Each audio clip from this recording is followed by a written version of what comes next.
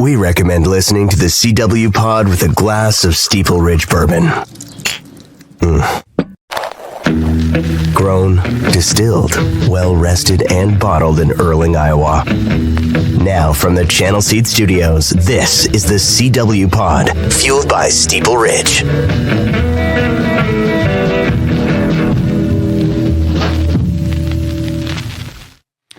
Hello, happy holidays, and welcome to this week's CW Pod here on Iowa Everywhere. I've got two back-to-back weeks, two of my favorite people, icons. Eric Heft, thank you to Eric Heft for coming in last week. Super popular, got great numbers. And Mr. Ed Wilson. We're going to just sit here and forecast the weather for the next 7. I'm kidding. How are you, brother? It has been a minute, as they say. I have not seen you face-to-face in a long time. Oskaloosa, probably? Probably, yeah. Hung out a little bit. Just a little bit. And Oskaloosa was over the top for RVTV. We had a good time. That place was jam-packed. Yeah. I love Oski. They just do it upright. They're the best. I mean, they're so much fun. And that pocket of southern Iowa is amazing. I've said that Albia could be my new hometown. I grew up in Grundy I say County, that about Grundy Humboldt. Center. Yeah. Yeah. Humboldt, north and south. I mean, I want to move to Humboldt when Humboldt's I retire. great. Albia too, and it was all because of RVTV. Just the way they turned out, and oh my gosh, it's just I love those courthouse squares, the way that small town Iowa is. That's my pre-kids era when I would do all 5 nights with you guys. My wife would kill me if I was doing that now. I had kids when we were doing those. I still have kids, thank gosh, but they're grown up. But it was like your main job. She just viewed it as me out partying with you and Murphy. It kind of was. And my main job on that week was pretty much partying with Murphy. When Murphy pitched this to me, the RVTV, he said, Mr. Ed, I want you to come out and do RVTV. And I said, I don't have time. I mean, I'm doing at that time it was the 4, the 5, the 6, and the 9. We were doing all of it. And I said, I don't know who's going to do the weather for me because I can't do it live. I don't think we could get it all done. He kept pitching it, and he got to the bosses, and the bosses finally said, please, just go do this. It'll work. Well, it's the weatherman / woman has evolved a lot. Oh, yeah. I mean, you look at my wife watches the Today Show all the time, like Roker. Yep. Because he used to be I'm going to be with Roker next week. Really? Or next month. He's coming to Des Moines for the rally against cancer. Oh, my. Can you get my daughter an autograph? Oh, I will. Yeah, I get to interview him. We're going to do this thing. I get to host the thing. That's amazing. Yeah. Keith usually does that, and he saw Roker was coming, so I got that. I just kind of go off of whatever Keith throws me. The breadcrumbs just fall off. I understand. How do you think I'm sitting where I am? I know. Yeah. I got you. Yeah. No, it's funny because Roker... Now, my wife's always watching it. I don't really watch the show, but I know all the people because it's on at our house all morning. Because the funny thing is, my 9-year-old, she turns on 13 the second she wakes up today in Iowa. Yeah. Okay. Just trying to make sure. And then what's the one with Megan at 11? That's Hello, Iowa. Hello, Iowa. Okay. Yeah. So Cammie is obsessed with Today in Iowa, and then it starts her day. I love you, Cammie. Yeah. I love you, baby. Keep going. She really does. And then, so Roker was interviewing a pop star or something the other day. As he does. I'm like, these weather guys they're now just these personalities. Well, and that's kind of, honestly, and Keith will tell you this, I don't think it's a secret, but he wanted somebody to take the focus off of him. Because, when he was trying to get, whether, especially on a Friday night for RVTV, he's out there trying to get scores. He's, the guys are running around trying to get their stuff done. Because they do have to do the sports while they're out doing all this. And they have to edit things that they've shot all day. So it's a lot going on. And sports people edit their own stuff. So, it's not, like back in the day when you had a whole crew and a field crew that was out there with you. They're doing everything. So while I was doing the 5, it kind of gave them a little time to go off and do their deal. I realized that I was just a little show pony out there. You were just a pawn. Yeah, Mr. Ed the pony. Bring him out. So real quick, the Mr. Ed thing. Yeah. Aiden probably doesn't even know this. Do you know what the old show was? I've seen one clip of the Mr. horse. Ed, the baseball. No, the horse that talks. Yeah. Mr. Ed, there's a clip where he plays baseball. Oh, no kidding. That's what I've yeah. seen. Yeah. It's so funny. Yeah, Wilbur was the guy that took care of him, so he was the main character. But God, you probably got tired of that joke over the years. I embraced it. That's smart. I have a T-shirt with Mr. Ed on it, with the horse. Wear it around. I sleep in it more than. What an idea for a show! Who's sitting around being like, "I'm going to make this horse talk. What was going on back then, man? Really weird shows. I mean, back before maybe they were doing LSD. I doubt it, but it was something. it had to be something like that. Well, it's not LSD, but I do have a bottle of Steeple Ridge Bourbon. I see that. There. How nice is that? It's the Iowa Everywhere bottle. We give it to people who come in and guest on the show. Iowa Everywhere on the back, the whole nine. That's sweet. And it's really high. That's a barrel pick right there. It's a single barrel pick right there. Well, it's the holidays. Yeah. Well, so here we go. You'll have a good time with that. Steeple Ridge Bourbon. We appreciate our buddy Pat Hoffman over there in Earling. And this is the one I'm going to open up because I like the mash. Oh yeah. I love the mash whiskeys. This is a 4-grain sour mash bourbon that has just come out. It's a limited release. I think I might do this during the Cyhawk women's game tonight. That's right. It's Cyhawk week. Yeah, it is. And then, and that's, night. We talk about how things change. This used to be like a total dead time for sports. And now this damn transfer portal and these, the playoff, the championships, everything that's going. It's nuts. Well, you were supposed to come in last week, and then I'm like, I can't do this. No, it was perfect. Yeah. And I totally was cool with that. I mean, I get it. It was a great show, too. I got to watch it. Thank you.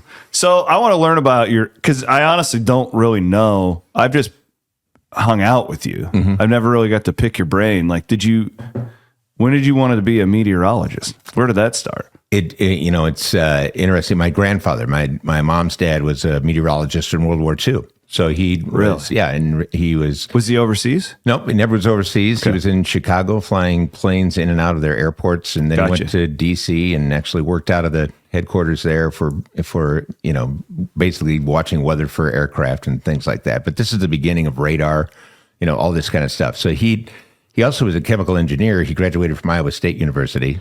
So obviously a very bright man. Yeah, and sadly, my gene pool left. It's from there, it all fell away. It was like the drain just. I was nothing against my dad's side of the family, but I got a lot of my dad's side of the family, which is great. Thank God, wouldn't be here without him. But so I grew up with him as my magic man because we would go camping a lot, and he would say, "Hey, we got to cover up everything tonight. It's going to rain." And it would be sunny, and we're all looking at like. And Grandpa, are you just making us do this? Because my mom was the oldest of 8. So he had to keep all those 8 kids busy. And I'm the oldest grandchild, so I was the 9th kid, basically. Oh, okay. And we're going, okay, he's just playing us. And then it would rain like crazy overnight. And, this is obviously before computers. And, he could read the weather. He just was an amazing guy. So for a little kid, he was my man. He was my patriarch. I love that guy. He was so good to me, too. So I got into college, going to be a vocal music major. I wasn't going to live in Iowa. I'm an only child. I said, my mom and dad, I said, listen, everybody knows what I do in Grundy Center before I do it. I'm going to go somewhere else. So I went to Arkansas, of all places. Went south of the Mason-Dixon line. I had a great grandmother that lived in Louisiana. I was close to her. So went to this Baptist school in southern Arkansas. I'm a recovering Baptist. And so God bless you. Yeah. Amen. And so I got down there and realized that I didn't want to teach kids vocal music the rest of my life. And I had a communications guy that got into my head that I should be in broadcasting. So that's how that worked out. I'm sorry about that. I know, yeah. He's probably dead by now, but anyway, God rest his soul. But I got into broadcasting, couldn't find a job at that time, came back to Grundy Center, worked at a little radio station there, KGCI, little 3,000 watt, little FM, and then went to Mason City to another radio station, and then to the Mason City TV side. And by that time, Mississippi State had an off-campus meteorology program, the only one in the country. Really? Yeah. And so I was able to get my meteorology degree there. What year was that? That would have been 87. So you had to go down to Mississippi and do that? You could do it off campus. So you had to go down for a week and do all of the in-class study. Yep. And because this is pre-internet. So you're not taking online courses or anything like that here. No, this was all via mail. You had to have the National Weather Service proctor your tests. So you'd go to the National Weather Service and they would make sure you weren't cheating. Yep. But it was the first of its kind, which was amazing. And now it's the most prolific meteorology program in the country. Really? Yeah. You get your broadcast meteorology degree, then you can go on and go back to Iowa State or Oklahoma or wherever else and get your higher end degrees. But That's all I needed at that time. Okay, so here's where I get really fascinated by what you do, because I've seen firsthand how the internet and things have disrupted sports journalism. Mm-hmm. Not always for the better. Like I know I'm doing a lot of this stuff, but I'm a OG. Like I think there's real value in real journalism and actual reporting, like not all being a fanboy, like all this stuff.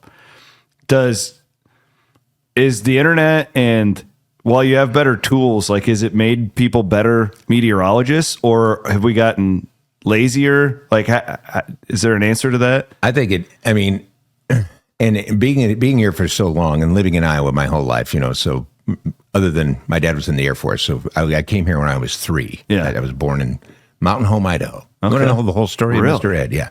So Mountain Home, Idaho, came back. My dad. Where's that at in Idaho? Is that like that's it's actually in northern Idaho. It's up near Sun Valley, that area. Beautiful. Yeah, pretty cool place. A lot of missile sites. A lot of God, I bet. Yeah. And he was a helicopter mechanic, so he would get to fly out after he'd fix the helicopters. They'd fly him out and they'd look at missile sites and stuff. He loved it. Fascinating. Yeah, he loved it, and spent 6 years in the Air Force. Came back and went back to Grundy Center. Both parents met in high school. They got married right out of high school, and so that's like I said, I needed to get out of Grundy Center because whatever I did wrong, and there was a lot. Everybody knew. Everybody, from my pastor to my principal, all knew that I'd done something. Understood that, yeah. So, but getting back to what we were talking about, we were just talking about. Well, we were talking about disruption, and because I disrupted myself. I love, like, I had this conversation with Randy Peterson one time about, like, I'm fascinated by how these old school sports writers would get their stories in. Right. Like, I've never been in a world where I didn't have the internet to write my story, publish it myself. And he'll tell me these stories. Yeah, they would serve us beer in the press box. And then we would call and we would read it to the guy, right? I think your world, I mean, what you started in, 88, 89? Here, I started here in Des Moines. So that's pre-internet. Like, how did you do the weather? It was, we had these huge printers about as wide as this table that would print out these huge maps. So, and they would come down from the National Weather Service, but they were, it was called a wet print, so that they would print out these things and they were actually wet. You'd have to hang them up and let them dry on the walls. So they would dry very quickly, but they would show surface maps. They would show everything that we get now instantly on our phones it's crazy how that's changed. But you actually would draw on those maps. There's the low, there's the high, here's the next front. And then it was harder to forecast, but I felt like I knew the weather much better and just knowing weather in Iowa, which is a whole nother world of what crazy. We get everything here. But I felt like I was a better meteorologist then. Now I'm relying on about 4 to 5 different models, and they can be similar most days, but often they're like completely different. I mean, I would rather go back to the old days of which I have those on my phone, but I'm getting lazy, and we're doing twice as much as we ever did before with fewer people. So I just need to get something out there, and which isn't great for the viewers. It's not perfect, but I do feel like with our team, I've got Jerry Ann, who's been there for 20 plus years, myself. Yep. And Jason Parkin. Jason Parkin. I never met him yet, but I like Is that right? Yeah. I never met him. Watched him a lot. I never met him. I hired him in the 90s as an intern. Wow. And he was working radio, WHO radio. And cool. I didn't know that. Yeah, he's been at every station. Went to Iowa State, and he's a huge Iowa fan. What? Yeah. He grew up as an Iowa good fan. He went to Iowa State. I know. But he's just a great guy. And to have that kind of back and forth, and we talk all the time about, I don't believe this model, I don't believe that thing. So I think it's easier to get it on the air, but I think it's harder to make it perfectly accurate. Well, so Brett McIntyre is a really close friend of mine. Love that guy. Yeah, we went to college together, and so on Cyclone Fanatic on the forums, there's these weather geeks. Oh yeah, there's a lot. Yeah, there's these weather geeks, and I love you. And they love the snow forecast. Like these guys. And they always have this model. It's called Earl. Have you heard of Earl? Yep. And Earl is always like, hey, we're going to get 22 inches of snow on this day. And snow forecasting is the hardest thing to do. It's the hardest thing to do because you have a lot of moisture and a lot of heat that can make, or cold, that can make all the difference, because you have a ratio of, let's say we have a snow ratio of 10-1, which would mean 1 inch of rain or liquid, it would be 10 inches of snow. But then if it gets really, really cold, that 1 inch of rain could be 20 inches of snow, because it's just the consistent fluffy to, sloppy snow. Yeah. You just never know. It's a killer. Is that, can we educate people on that to be a little more gracious to the meteorologist with the snow then? Because, I mean, to me, like, that happens a lot where you guys are like, hey, we think, is that why you go 1 to 3 and then it goes 6 to 12? Yeah, right. Or like, 8 to 20. It's like, well, that's a pretty big discrepancy. And I'm not a fan of the maps that say 1 to 3. I try to, in our group, and Jerry Ann goes along with me, some of the others don't, but I like to see 6.8 inches. I want to see something definitive, and then say off of that, okay, so this is what could happen. It could get colder, and we might get a little bit more than that, but generally this is what it's going to be. And I want to see it like on Des Moines. I want to see it at Marshalltown. I want to see each one of those different numbers, because I feel like we're getting to that point where we can be pretty precise. Now, granted, I'm not your surgeon. 30% chance of getting your gallbladder out sucks. That's a bad day for a surgeon. Yeah. But I'm your weather guy. So, there's going to be, this guy says it, I get it. We try to guess it. So it's in between. But I hate it when they just put this broad number, because that's what that is? That's somebody that has screamed in their phone or on their social media, you don't know what you're talking about. And you're listening. Said 6 inches. I only got 3 inches of snow. Blah blah blah.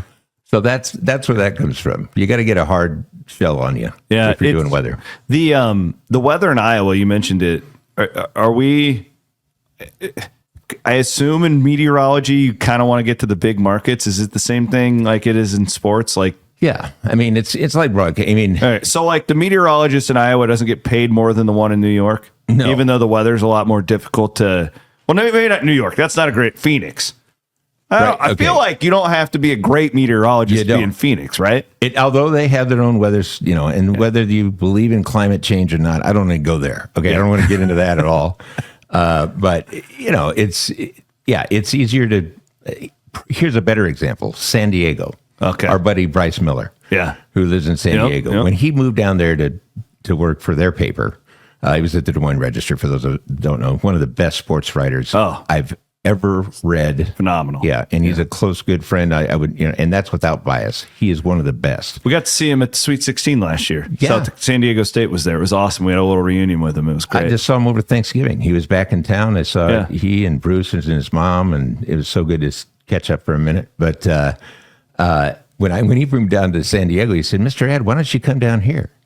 And I took screenshots of the 3 meteorologists / weather people that are on the air in San Diego, and I cut it all out and sent it back to him. And pasted it, cut and pasted, and put it back to him. They are 26-year-old hot women. They're just, gorgeous, gorgeous, beautiful people that have nothing to do with a 60-whatever-year-old white-haired dude up in from Grundy Center working in Des Moines, which I embrace too. I love what I do, and I love Des Moines. I'm glad we stayed here. I had a couple of opportunities to go to Indianapolis and Chicago, even, kind of dabbled thinking about going there, but thinking about raising kids there. Would you get bored at one of these, like from a pure intellectual meteorology standpoint? No. If you're in Phoenix? In Phoenix, I would lose my mind. Probably. Yeah. I'd have to do something else. I almost took a job down in Yuma, Arizona. Oh. The day before I took this job. This is in 1988. 310 to Yuma, the movie, the same one? Yeah. I love me some Westerns. And it's a great, crazy, I thought it would be like, the West. And my job there was weather guy / promotions director. That's how offbeat it was. Wow. If you're doing weather, you're going to do something else down there. Yeah. Okay. Well, I guess that makes sense. Yeah.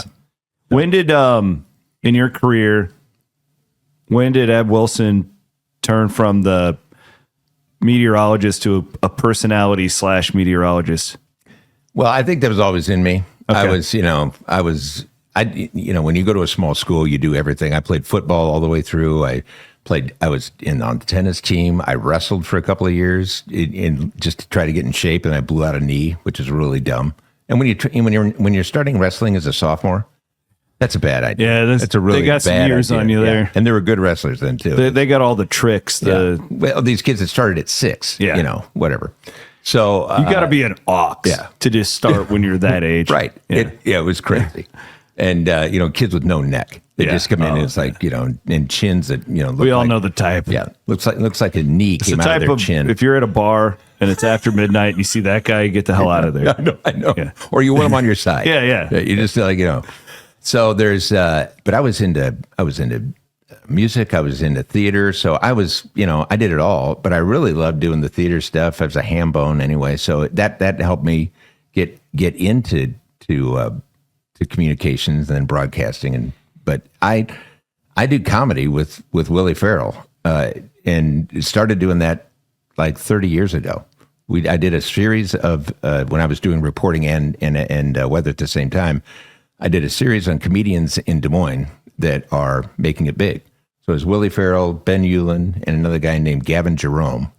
And Ben Ulan's been out at Adventureland forever. Okay. He's the guy that has the magic show and he's an awesome guy, but he's a comedian as well. So I did a 3-part series that turned into a 5-part series where I got on stage and then I did comedy with them. You did just stand up? Yeah. Your own bits? Did my own bits. And I didn't know that you did that. And I knew that you and Willie had done some stuff together. Willie, and Willie's my brother from another mother. Every time I see him, I turn into a Southside Italian. It's it's Yaman and Sons. Let's go, man. Let's have something. Let's get some Goomba in here. But he let me come along. And Willie's one of those guys that even now will bring up some of these comedians and bring them on stage. It's fantastic. Did you ever do improv? I didn't do as much, not so much improv until you're on stage and maybe you've had a couple of scotches and then you start, you just start going with the crowd. Yeah. Oh, and that's the best. And there's nobody better than Willie to do that. I used to do that a lot in my theater days. Did you? We would do the troupe improv thing. Oh, yeah. Yeah. It's like Second City kind of. Yeah. I wasn't very good at it. I was much better scripted. But don't you feel like that helped you? Absolutely. Like when I started doing talk radio every day for 3 hours, you are doing improv, really. Right. I mean, Ross was my improv partner, and it was a great partner too. We had fun. Ruffled a few feathers along the way, but no, but that, I would think that would help you too when you're doing these severe weather deals and you just got to keep talking. Yeah. We've had, being on the air for 2 or 3 hours, literally for tornado warnings and, they just keep happening over and over, or the floods of 93. Oh, man. I was on the air for, I was on the air for 30 hours.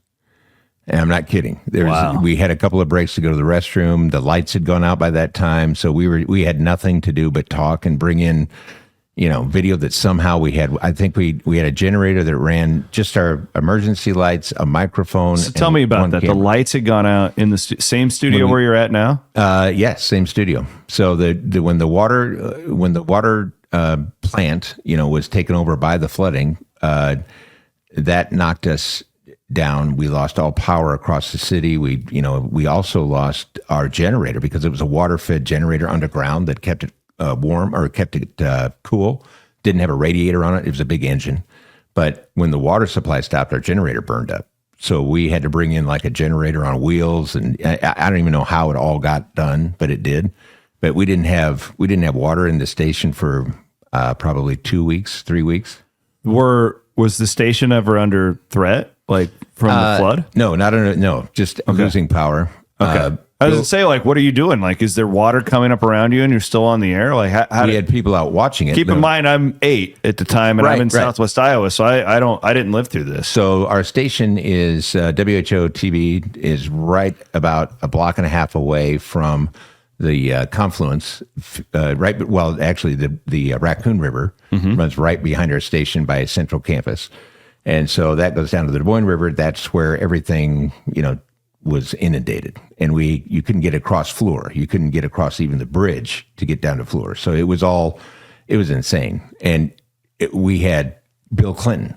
He came to the office And we had no electronic locks on our doors. The doors were all wide open. We didn't have air conditioning. There was literally the only way to stay cool was, and thankfully we had a lot of we had a lot of rain, so it was a cooler June and July. But yeah, it was just wide open. People were bringing in food, just walking through the door. You didn't know who they were, but they were grateful that we were on the air and giving them information. And here comes Bill Clinton walking in, and the first person Bill Clinton sees is Jim Zabel. For those who are young enough, Jim Zabel was the man, and one of my best friends working at WHO. I didn't know that. He gave me so much, and gave the encouragement that he gave me. Mr. Ed, I'll tell you what, you're gonna be here forever. But he sees Clinton walk through the door. And he goes, Bill Clinton, hi, buddy, good to see you. And he's walking down the stairs. He had his Zob always had on his zip-up boots, and his pants were always stuck in the boot of the zipper of the boot. And he's walking down the stairs looking at Clinton. It was a moment. Just lots of that kind of stuff. That's incredible. Yeah, but being on the air that long, you had to continue to keep people updated, and there was a lot to bring in, but it was... How did you get information? Basically, it was somebody handing you a piece of paper with stuff written down on it where they could just throw it. So one of your reporters is out in the field, and then because you can't really go live to them, right? And we were just taking raw tape. So somebody would go out and shoot, a photographer would go out and shoot stuff, and we'd just throw it into the one deck that works. So we usually, and this is back when we were doing all tape, it wasn't, like now where it's on a video card. So you'd get one tape machine and you'd shove in the tape and it was raw. Wherever you started is what you saw, and that's what you talked about. And then you just start kind of commentating it. And we'd bring the photog back up and sit on the, and pass the mic back and forth. There was one microphone, so we're passing it around the table, around the desk to each other. It was incredible. Crazy. But that's like at the core of it why local media is so important. It is. And it's why we have to fight to protect it at all costs. It is so true. And it's not the same. It's not the same as it was then. We didn't have, I'm trying to think what we had I'm sure we had MediaCom or whatever, but it wasn't like it is now where you can get everything on your phone. It was not like that. You relied on 3 TV stations in your market. How many to help you out? We had a little bit of just a smidge for some people when the derecho came through. Like I remember not having power. We didn't have power for however many days. We didn't have internet and then the cell service was so sketchy because a lot of those towers were down. I just remember my wife had to go to work. She's a veterinarian, so it's considered, people's pets are still sick. Yeah. No matter what, pandemic, whatever, like that dog. We love our pets more than our people. Yeah, that dog still needs surgery. Right. Like and I just remember after that derecho, couldn't even talk to her because the cell phone service was so bad. There was no internet and we didn't have any power, and it was like 100 degrees. Right. And I remember thinking, like, this is kind of what it's like if we're ever in nuclear war. Right.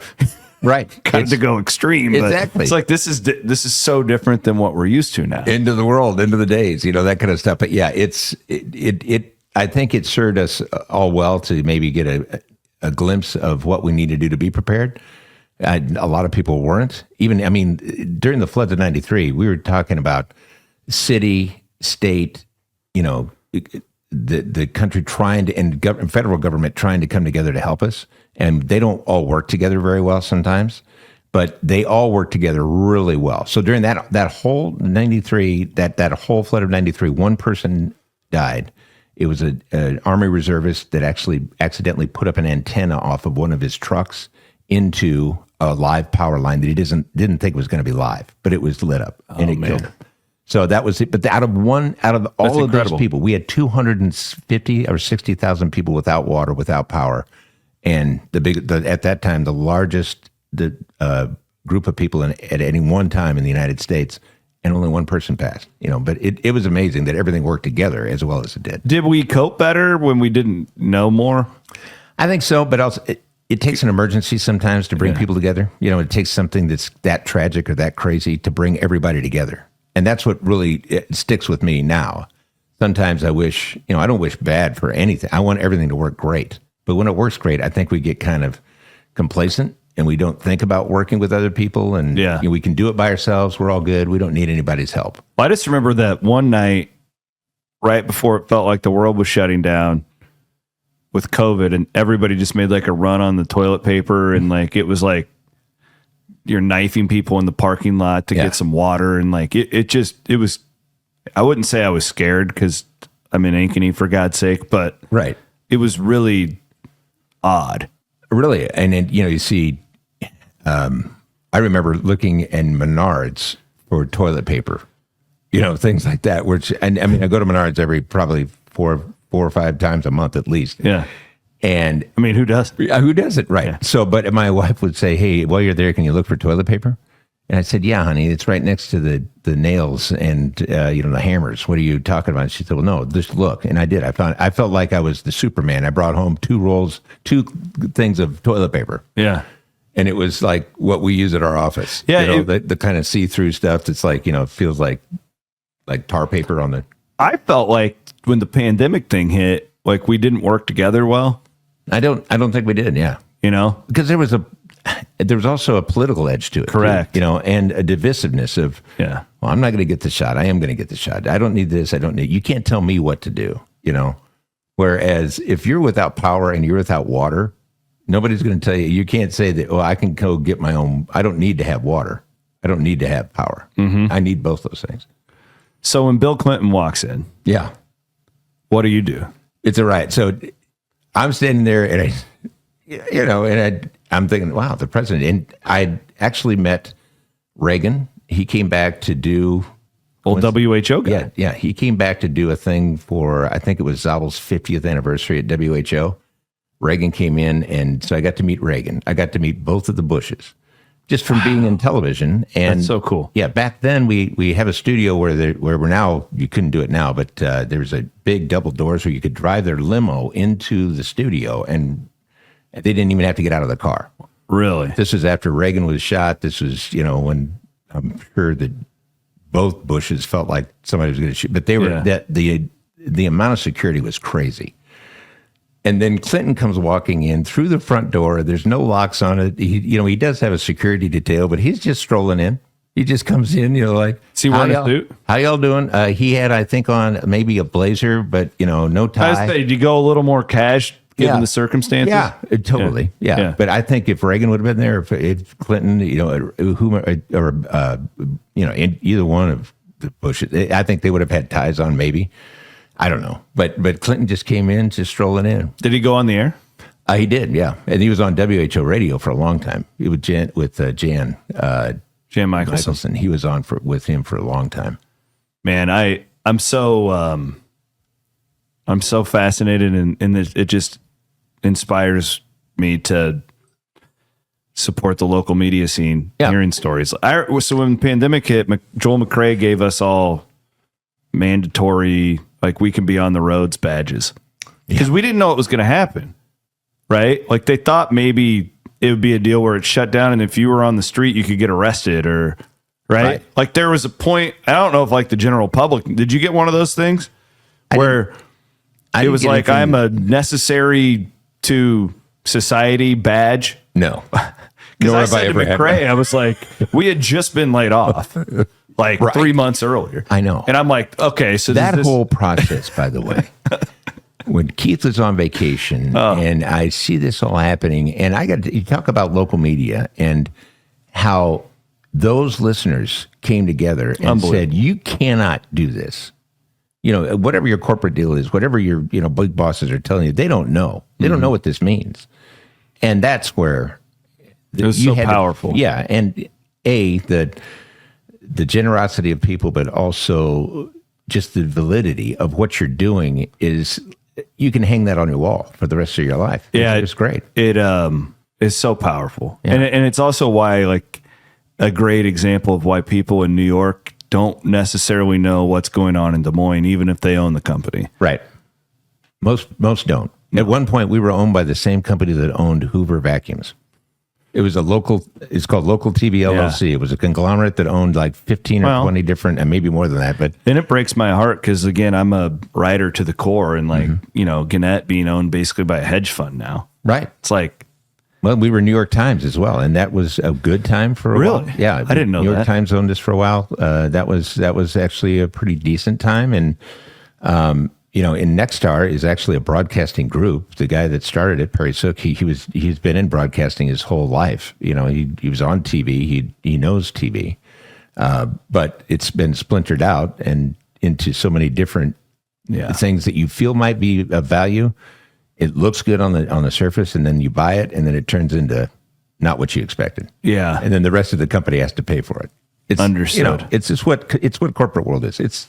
I'm not immune. Well, I also feel like our industry's just kind of caught up to everything else now when it comes to that, right? It has, because it used to be the people who owned these stations and these newspapers were all like where I grew up, where I cut my teeth at KMA Radio, still is locally owned. Yeah, and that's such a misnomer. It's just so, and they make plenty of money down there, right? Of course they do. Yeah, right. Because it's just not wasteful, and it's not. In fact, broadcasting makes a lot of money. Yeah, it does. It's just we have a spending problem. We do. We have a spending problem, and then an expectation problem. We're going to be able to buy the stuff, and it's going to make it even better than we thought. Yeah, and sometimes it works, and sometimes it's a gamble, just like anything else. So I get it. What they're trying to do. That's the one thing I learned working down there is that you can do more than one job, and you don't have to work 70-hour weeks to do it. Like, we can just be efficient. We don't need a million of these middle managers that are just sucking the life out of everything. And you also, like, bigger isn't always better. Owning 100 stations isn't better than owning 5. Right. Well, Palmer Broadcasting was still here when I started. So they started WHO, WOC in the Quad Cities, and that was the 2 radio stations first, and then it turned into TV. But their headquarters was here, in that same station where I worked, it's where I started. And before that, down on 13th and Walnut, it was, it was the Palmer family. And I would see the CEO every single day walking down the stairs. He would say hi. Yeah. And then they sold off and they moved to Florida. And all of a sudden, they didn't remember who WHO was a perfect acronym for who. Who are you, and where are you, and what do you do? I just feel remember. Yeah. We were late because the internet has changed our world so much. Where, let's say, toilet paper. That's the theme of the day. I love that. Ed comes in and we talk toilet paper. Well, they could consolidate a lot earlier, right? Where it was just cheaper if like 3 groups owned all the toilet paper as to 100 groups owning the toilet paper, and it became more efficient for them. Well, we couldn't really do that until the information was easier to distribute. Right. And then the internet did that. And now, like, I could reach a guy in Pakistan like this, where in 93, you couldn't do that. Like, I'm in Western Iowa and we didn't get Channel 13. I couldn't watch you. I grew up in Grundy Center, where maybe in Rhinebeck too. I could get some of the Des Moines stations some days if the weather was great, but we had Cedar Rapids, Waterloo. But I could also pick up Mason City, where I started. Every once in a while, I could get all the Des Moines stations. So we had Des Moines, we had Waterloo, Cedar Rapids. We had actually 3 markets that we could get, because my mom and dad had this huge antenna on top of their house. Yeah. 3-story house, this monster antenna with a rotary on it. So just turn the dial and the thing was moving. It's great. Kind of high end. That sounds really high tech back then. Plumbing, heating, and cooling dad that had that on top of his house. So, but I could watch all these stations, and I used to listen to when I went to Arkansas. I could hear WHO radio. I could listen to Iowa games down there on a clear night. Yeah. It was just a different world. And you talk about calling Pakistan. You had to pay for every call. It's not like, you get on your cell phone, it's a free call everywhere. Quote unquote free. You pay for your service, but then you had to pay $1.50 a minute sometimes. I mean, it was ridiculous. I had a girlfriend in Arkansas, and when I was up here, I would spend like $300 at a time on our bill calling a girlfriend. My mom and dad.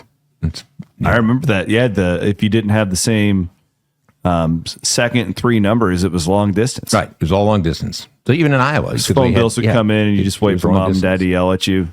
So one of those. That's just that world. And I'm not trying to educate everybody. I know that people get that, but it's not a lot of these kids. Did you know that, Aiden?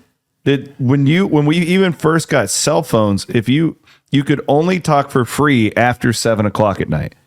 I did not know that. Yeah. No. Remember? Yeah. That, Ed? Like, It was 7 o'clock until 7 a.m. You had free nights, and then on the weekends you could talk, but any other time in between, they charged you per minute.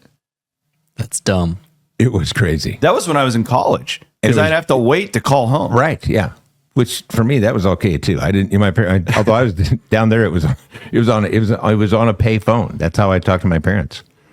Wow. And they'd have to accept my call. I did the my uncle, who was a Vietnam guy, big into the ham radio world. Oh yeah. And then so he did the storm spotting. Oh really? He lived out on this hill in Iowa. Yeah, down in Clarinda. Yeah. And so me and my uncles and dad all did the storm spotting class. And then I did that at KMA. Did you know that? I did not know that. I was when severe weather hit, I was the DJ. Oh, that's so I'd be sitting there, and then I'd be, here's the National Weather Service guy, and he'd call in and do his whole thing.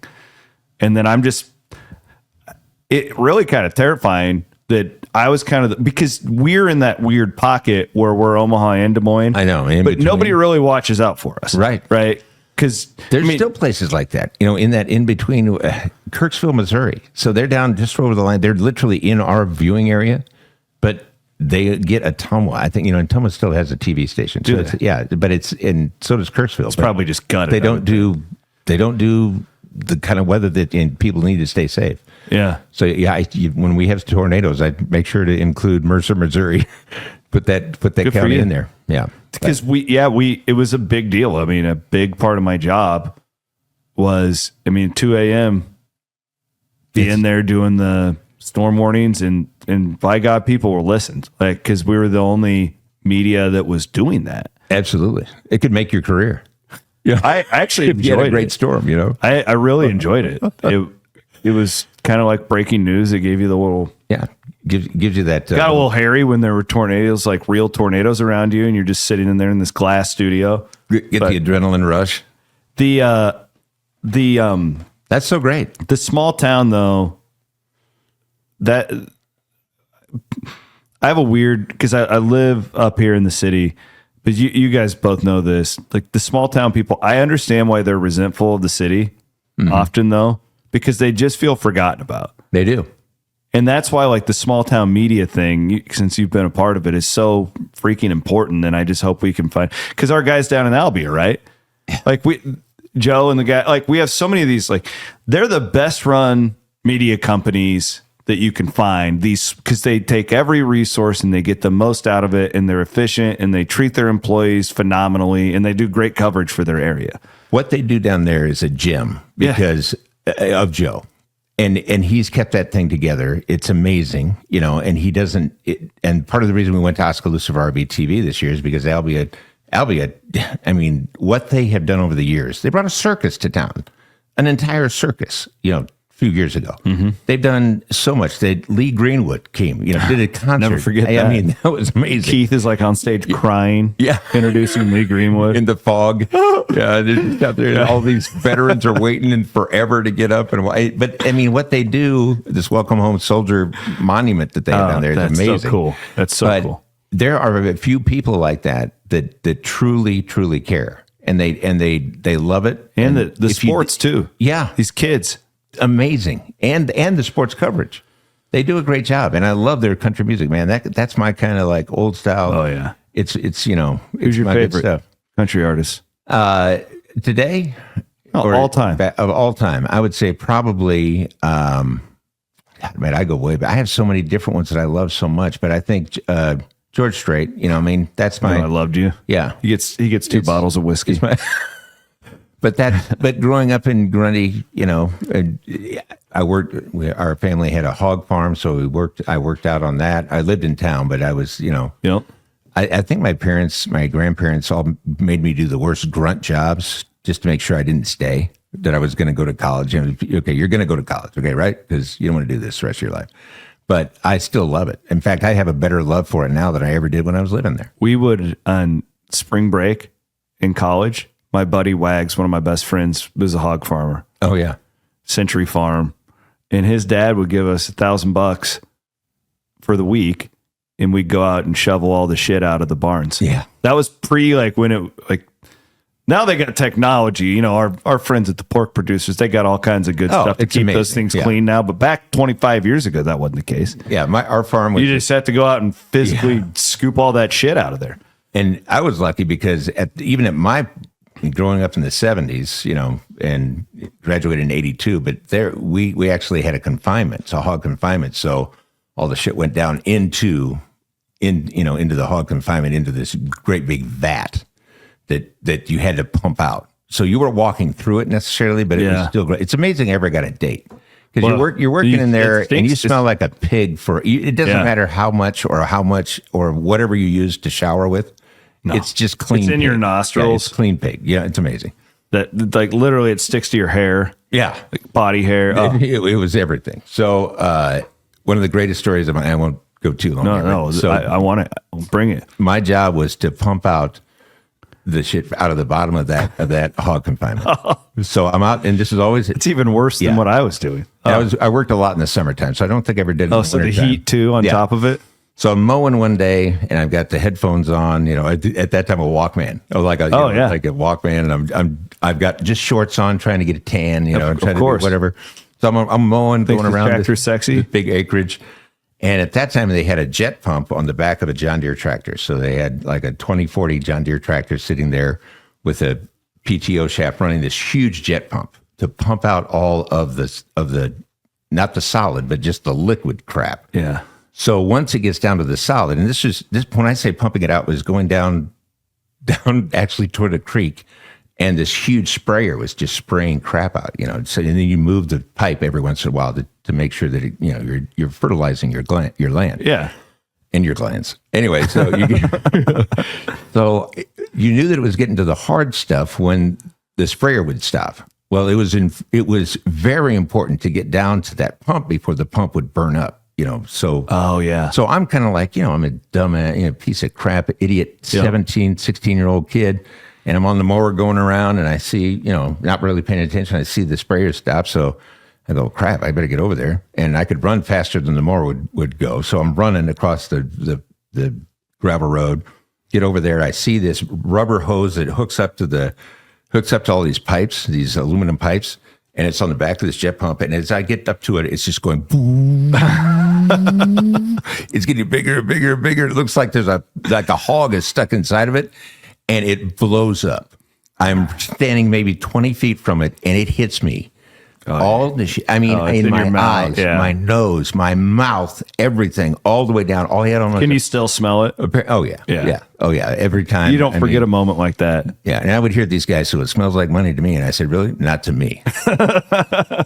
I mean, I was probably getting $8 or $9 an hour, which was great back then, but it wasn't that much money. No wonder you fit in with these pork guys at the fair. Oh, I love my pork producers. Oh, they're the best. They're the best. So, but it covered that hog confinement was about 100 yards long. It covered half of it, and I was there till 2:00 in the morning, washing it down. And I didn't know really what happened, so I'm on a two-way radio, and all of these. This was they farmed a lot, but there were all these guys on their two-way radios, and I said, "There's been an explosion at the hog farm." And from all four directions, all you see is dust off the roads. All these trucks are just flying at you. And they get there and they see me just standing, one side is black, the other side is white. I'm just like, it's still like in shock, in shorts and boots. And they look at me and they just start laughing their butts off. I mean, they're losing it. They are dying. And I'll never live that down. Did they just spray you down after it? Yeah. Oh yeah. They sprayed me down. And then, my uncle said, guess what? There's a power sprayer. Get all that off because that'll eat right through everything. Yeah. And again, I'm sure they wanted me to get out of Grundy County instead of Grundy County. That was their main goal. Make him do it. I think I finished at maybe 1:00, midnight, 1:00, and I went up to the house, and he said, "Well, you ain't sleeping here." No. I think he gave me some overalls or something. I took off my shorts. I used the garden hose off of the pump, and just Well, you also understand why all these farmhouses have rooms for that, right? To shed your clothes. Yeah. Yeah. It's not like a suburb house where you just walk right in. I love the big houses here. They say, well, we have a mud room. No, that's not, that's not a mud room. Okay. That's a dust room. That's like, If the mud room doesn't smell like absolute hog shit, it's not a mud room. No. You suburb people. Yeah. It was a great experience looking back at it. This is funny. You'll learn how to work hard because we've flipped chops together before. Oh yeah, at the pork tent.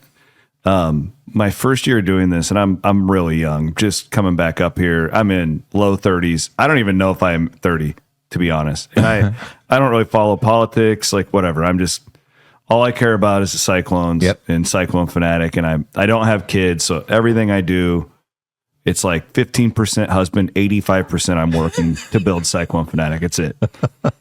And I'm flipping chops, and I'm and all these people are like harassing me.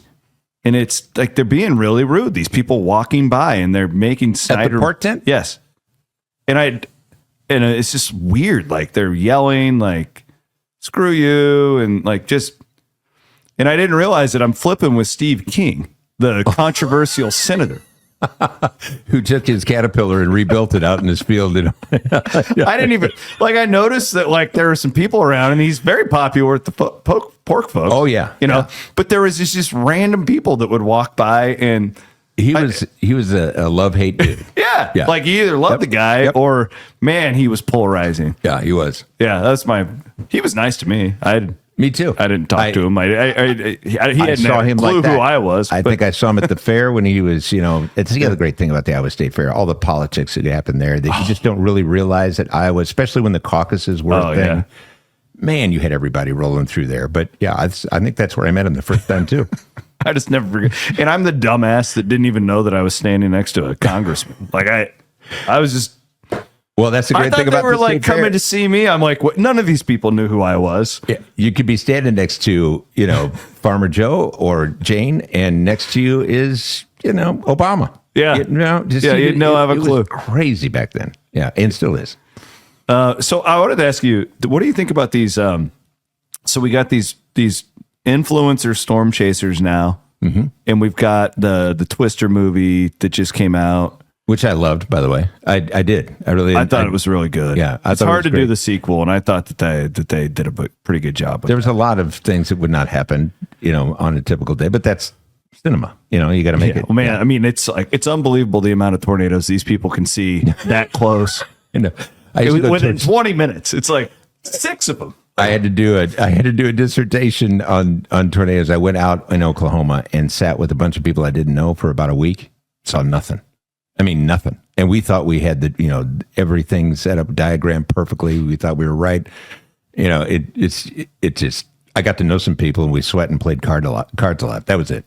Well, so I do follow some of these guys on YouTube, and in it. Who do you follow? Is it like Reed Trimmer? Oh, yeah, Timmer? Yeah. Whose Twisters is kind of made after, right? Like he was kind of good buddies. Yeah. Really? He was here at DMAC for. They do a CI week. They used to up until about last year down at DMAC, the West Campus, and he was one of their speakers. And so, is he a cool guy? He's crazy. Yeah, he seems like he is crazy. He's brilliant. He does like the hurricanes and stuff now. He'll be in like the eye of the hurricane. Like he will. He has his chase vehicles, those armadillo monster. But he rents cars a lot of the places he goes because he knows they're going to be just blown up. And if everybody knows who he is and they're renting to him, they're crazy because he will have 2x4s falling into the windshield and just laugh going, "We're going to get it. We're going to get it." But he is brilliant and very smart. I loved him. It was a blast. Well, because what's interesting, like I watch him more because the media aspect's fascinating to me. Mm-hmm. What I was watching it, God, I want to say it was when the second hurricane was rolling through Florida a couple months ago. Yeah. And it was supposed to be way worse than it was. Thank God. Right. Like it weakened or whatever. It fell apart. And I was watching his YouTube channel, and he's basically doing what we do with sports. He has like a studio host who's like, all right, let's go back out onto the field. And it's like him out there, and they're driving around this neighborhood, and then he'll commentate it, and he'll throw it back to the host. And it's like this fully produced It's amazing how far it's come. And, he was the pioneer for that, certainly. And really it became almost frightening. In fact, we had one tornado outbreak where four meteorologists were killed because they couldn't get out of the traffic. They couldn't get, they were caught in traffic. Many people were hurt, but these 4 guys were killed when their vehicle was, because there was blown away because there was too many people out there chasing and they couldn't get around them. So it was a traffic jam. That's how busy it became. Everybody wanted to go out and chase. They thought that was cool. And there was maybe a monetized thing that was overblown. Like they said, oh, we'll sell it to CNN or the Weather Channel or whomever. That never really monetized either until these guys like Timmer could really do it well. And he's made his money. And the technology. Yeah. Ryan Hall is another guy it's on YouTube. He has a huge channel now, a huge following. And now he's gone to I don't think it's AI, but it's a robotic thing where he used to be in studio all the time, like every day. And I'm thinking, this guy's going to kill himself. He's good. He's, and he'll try to do stuff like 2 or 3 weeks out, which drives me nuts, whatever. God bless him. I hope he does well, but it's like how I view the AP poll. Yes, exactly. I hate it. It's just, you don't know that. You don't know that that's going to happen. And even the AP poll had Florida State as the 5th ranked team in the country. They won 1 game. Yeah. Okay. It makes weather forecasting look good. Yeah. No, it drives me nuts. Stop. I don't need to know 21 days in advance if it's going to snow or not. But there's an AI product out now that actually is doing very, very well. Really? And it's not been widely distributed yet, but it's doing very well against us, just regular forecasters. So that's what AI kind of freaks me out on many levels. Yeah. I feel like the robots are going to kill us someday. But on that level, the prediction that they'll take over someday. Right. Have you read about these? Of course, yeah. And but also there is some benefit to some AI. Our station, thank gosh, so far, if they catch you on AI, if they feel like you're doing like GPT, if you're doing that, if you're trying to do right stuff at AI, they'll fire you immediately. Good. And that's I totally agree with that. But that other media is going that way, and it's locally. Yeah, locally. We know it. Yeah, right. Yes, it's terrifying too. In sports, it's happening all the time. So it used to be these AP copies where you would go. You would even go to like ESPN.com. Well, they don't have beat writers at every college basketball game. There's hundreds of them every night this time of year. But they would have the AP who would source it out, and then they pay and it was like a real person at this game, and there'd be some quotes in there. And now it's all AI for not necessarily. I know Sports Illustrated is heavily into the AI. I don't know about ESPN, but they're going to, in the next 10 years, the AP will be replaced by AI. Right. I hope I'm wrong. And I hope I'm wrong. And the AP is the god. They're the gold standard. Those poor people, though. Like, how do you sell that in a world of influencers? These people are just presenting facts to you. Americans have told us they don't want that, which is terrifying. Right. And it even goes down to the level of where the College Bowl, when we were figuring out who was going to go where. And on my phone, I just happened to be on, and I saw Twitter, and I found out where Iowa State was going before it was actually released. Because some Yahoo found out, put it out there, and put it on. That's not AI. That's just like it's just the world that we live in. Everything's so instant. Yeah. Before it should be instant, in my opinion. Yeah. Because I was excited. These kids will find out their coach got fired. Right. On Twitter. Maybe before the coach knows. A lot of times. Yeah. That happens a lot. Some booster got word from the athletic director, and then the booster leaked it to the media guy, and boom. And it's not AP checking it. So sometimes I'm with you. There's room for both. Yeah, there is. Yeah. We should have it in our college ranking systems. Like they used to kill the BCS because it had a computer element. Well, that's the only non-biased thing in there. Right. And it shouldn't be all the computer doing it. And I know that you've talked about this too, but I feel bad for the Bulls. I mean, these Bulls, it's they're just collateral to everything else going on. Especially when Iowa State, was playing in the Big 12 tournament. You spent all your money to go to that tournament. And I know that you've done this, so I want to do it. But it's great to hear other input. But then you're going to find that kind of money to go down and, go to Orlando, the busiest time of the year, most expensive, the price gouging. Nobody can expect to be down there. Our boss yesterday was just talking to our GM, Bobby, and he said, he was talking with Iowa State, and they said, the ticket sales right now are terrible.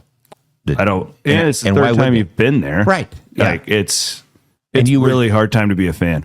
It is hard. It is hard. Because they're asking you to pay the players now.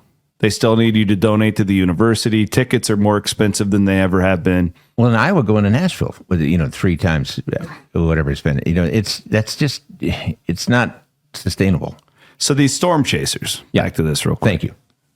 Bring me back. Well, no. So I feel like, after RVTV, I'm half sports, half weather now. No, I love it. I love kind of weird. I just want Ed's opinions on Lay it on me. So, like McIntyre, our guy McIntyre rolls into Parkersburg back in the day. Yep. Right. And I would say this about Brett. And I don't know what makes a good meteorologist. I really don't, other than I guess you're looking for accuracy. Accuracy and his technology, the knowledge that he has, and the not only that, but you talk about journalism and speaking to writing a sentence correctly and making sure that it's understandable, but also well written, well constructed. Mm-hmm. That's that guy that has all of it.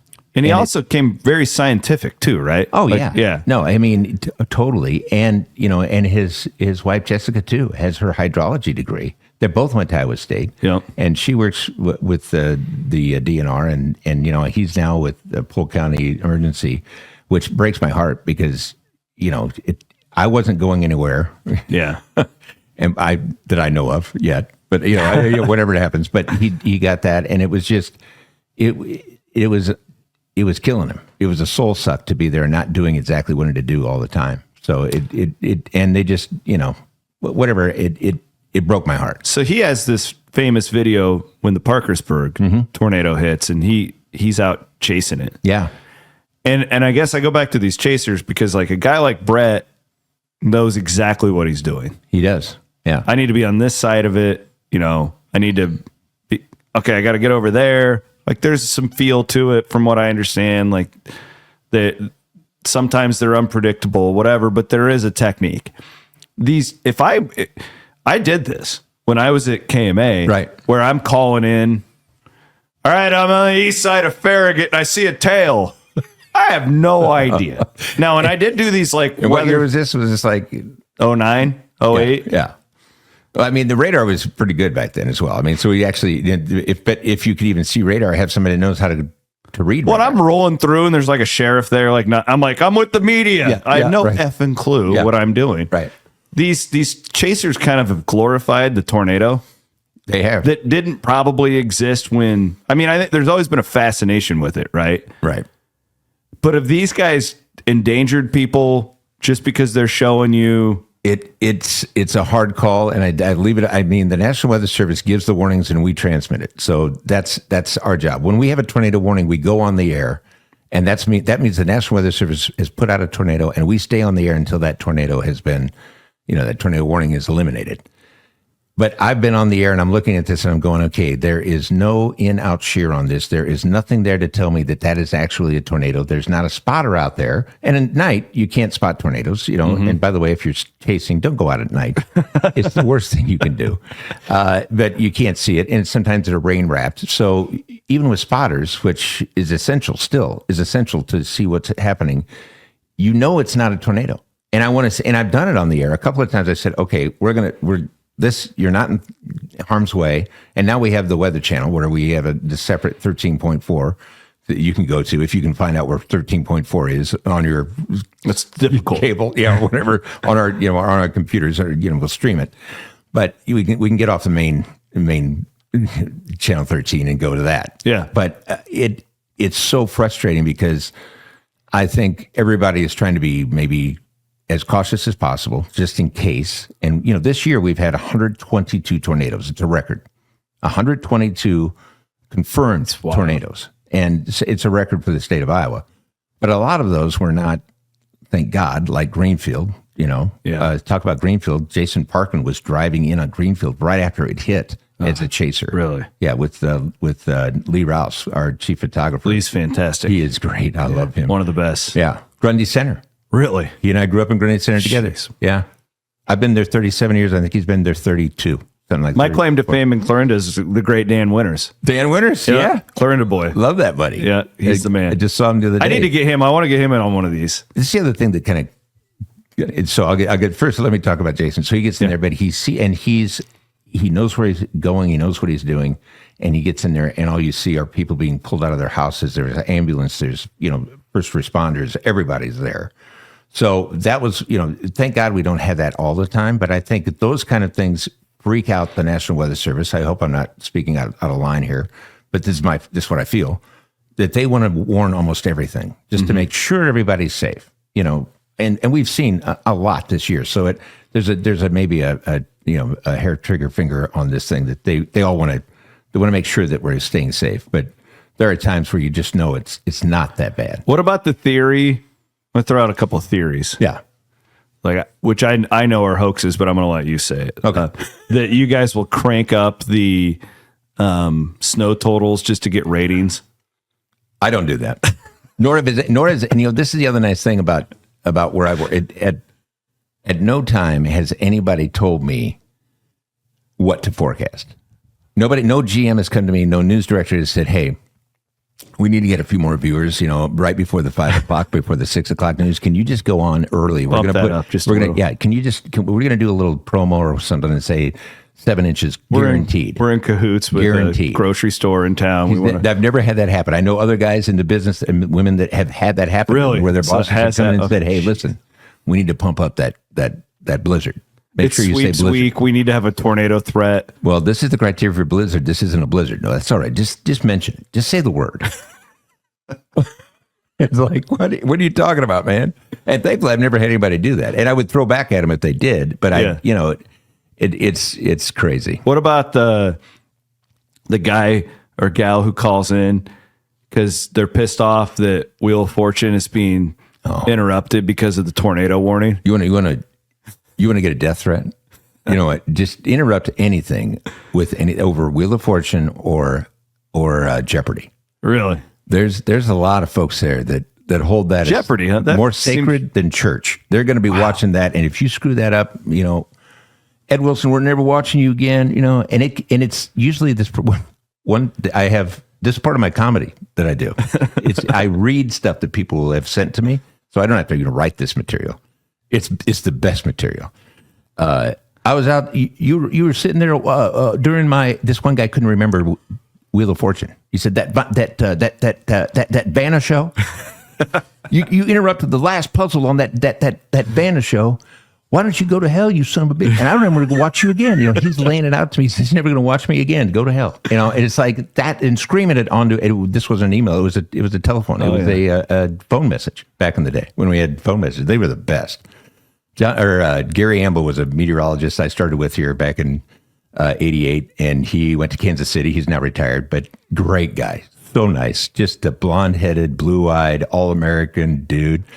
And he said guaranteed 6 inches of snow one night. Again, this is a guarantee. And nobody told him to say that. He just said it.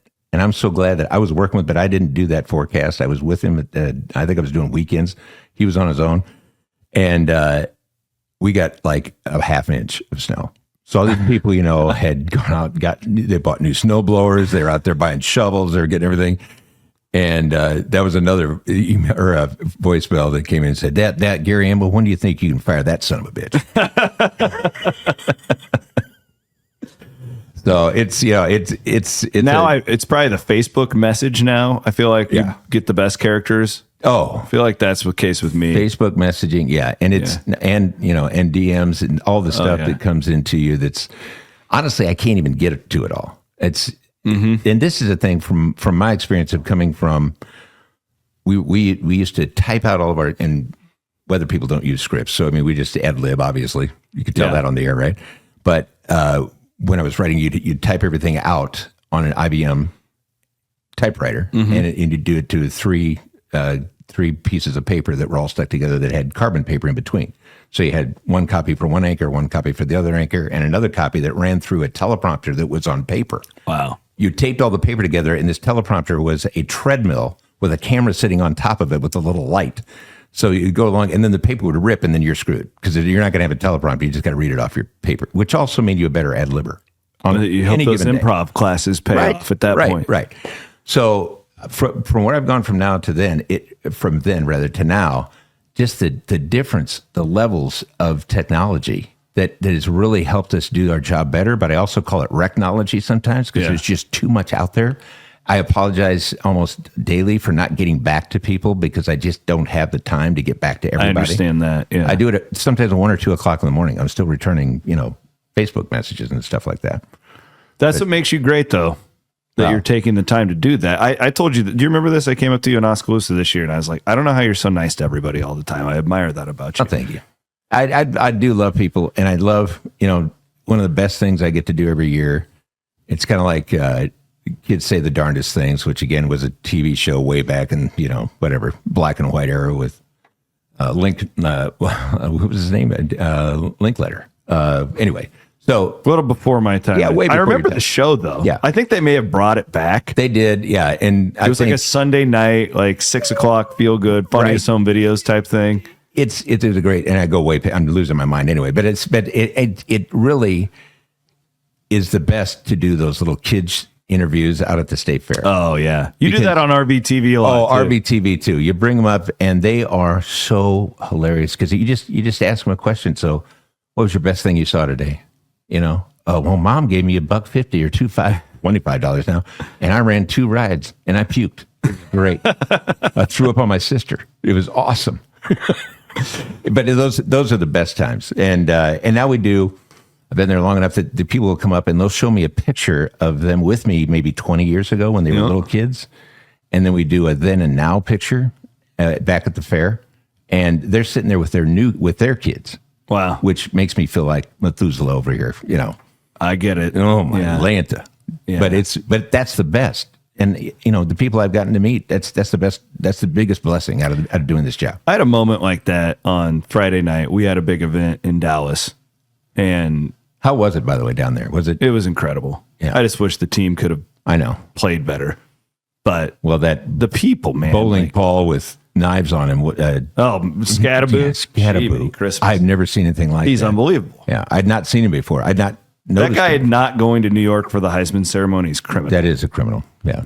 But no, the people aspect is because I've gotten to the part with Iowa State is I don't really even root for the team anymore. It's just I want like that guy who I've seen at every event that we've done for 15 years. Like I just want him to have success. His moment. Yeah. Right.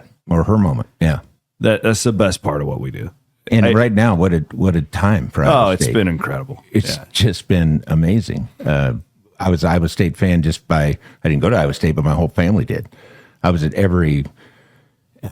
back in the Nebraska days when the Nebraska fans outnumbered the Iowa State fans, And they just beat them by 70. Yeah, just like Yeah. But it was our family thing. That's what we did. It was amazing. You still go to many games? I go to some. I don't do as many as I used to. My family still does. My aunt and uncle, they are there every single game. You have to come to the camper sometime. Oh, yeah. I should. I mean, this year I didn't have a chance. Not one. I don't know why my life is so much busier now. If they say when you retire you get busier, that can't happen. I'll be dead in about a month. I can't be any busier than I am now. I feel that way too. Not that I'm retiring. How did you? That's the other part. The last thing I wanted to hit on is your hours are truly horrible. Honestly, it really is really horrible. I couldn't do afternoon drive anymore.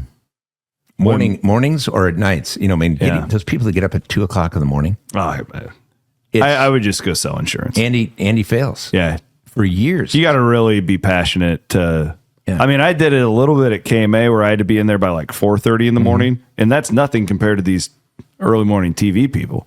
Well, and you're writing all your scripts, you're rewriting stuff, you're looking at making sure that your producers are doing the right stuff, and you're reading what's true. And Andy is the most meticulous. He knows exactly what is going on and what needs to be said. So, because I was doing afternoon drive for 7-8 years, whatever it was, and then my daughter just got to a certain age, and I'm just like, screw it, I'm not doing this anymore. Yep. You're not paying me enough. I haven't had a raise here once. Like, good for you. You made the right choice. Really felt like they were ripping me off. Like I was getting jaded. It was making me a person I didn't want to be anymore. So I just quit.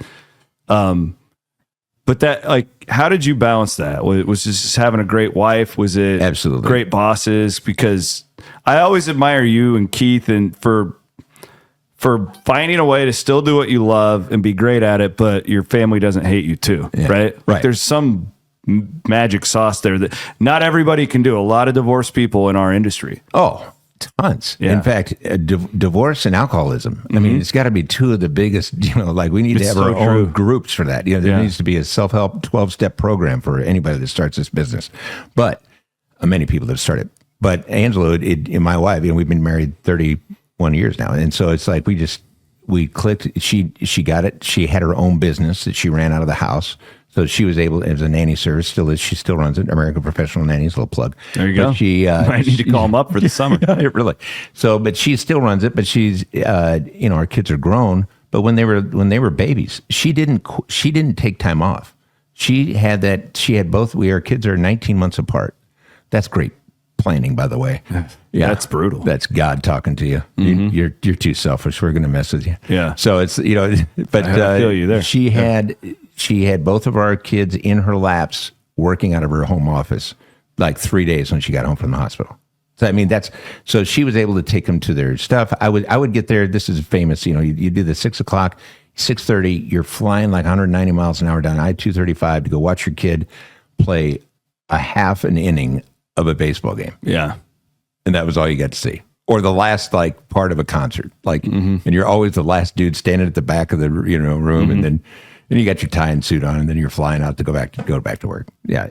John Bachman, who's an anchor here forever too. Icon. Yeah, he is. And still doing great, by the way, down in Florida. He still looks like he's 35. Probably. He looks, yeah. He's reverse all the time. Reverse osmosis is going on in that body, and his son too, John Jr. Both of them. Oh, I can only imagine how handsome he is. Oh my lanta, yeah. If I went that way.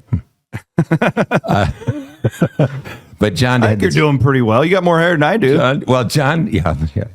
I love it when we have a white background behind me on the green screen. All you can see is the outline of a head. It's just like, and I used to try to color it because the lights were so bad in our studio that the green would bleed into the white. Oh, yeah. And it looked like I had the arrowhead of Minnesota was coming through my temple. Oh, so man. that's why, but it looked like 3 shades of dead. The camera green screen thing's improved a lot, though. The lighting is what it's all about. Okay. Getting good lights is what it's all about on those things. See, and that's the thing, like with Keith and Andy coming on with us, it's like, I never paid attention to lighting before. Yeah. But they make us better. Like, I'm glad. It's just, I'm a freaking blogger. Ring lights and these nice, Yeah, this isn't perfect, right, but we're doing okay. It's good. Yeah. I love the studio. Thank you. I came in and I said, this is so cozy. You have a couch here. I'd be sleeping all the time. Yeah. No, this is nappy time. We do all right. Well, I admire that because it, like say, you just, in sports especially, I don't know, TV's probably similar, but like if you're a beat writer for you're traveling all the time, you're out every It Friday. really is almost impossible. Yeah. And if your kid is playing sports on a Friday night and you're that person that has to go hit all these, I mean, my heart goes out to those people. And to have an understanding spouse, to have another understanding, most important person in your life to help you out, that's great. I have a picture of myself that a good friend of mine, actually an artist here, he's amazing. He's one of the artists out at Adventureland too. I've got a lot of ties to Adventureland, but Darren gave me this great, because I've always said I'd be naked under a bridge without my wife. Mm-hmm. So he had me like not naked, but sitting under a bridge, just, Ed without Angela, just sitting there, looking like a guy with a knapsack over his back. But it is true. You got to have that support. And most people, and you got to give it, my wife didn't know what broadcasting was. No. She didn't know. Nobody knows that unless you're in it. It's so hard to describe to other people too. Yeah. Especially now. I felt like 20 years ago, I'm on TV and I do the weather, but now like nobody just does that. It's like, oh, I got to do this Facebook Live. I've got to do this podcast. I've got to do this and they're not paying anymore. No, for any of this stuff. It's just more work. It's more stuff to get done. Yeah. And I think there's going to have to be a give and take somewhere for broadcasters out there. I think there will be a give and take where I think about, student athletes with the NIL. I think there will be a time somebody's going to write into their contract, okay, I want my own NIL. Mm-hmm. You can't own all of me. I got to have part of it. Yeah. And that's probably how it should be. And there's the non-compete stuff that's been going through the legal thing. Yeah, nothing's become really happening there. Yeah. And and Iowa's a right to state. It depends on the states too, but Iowa's a right to work state.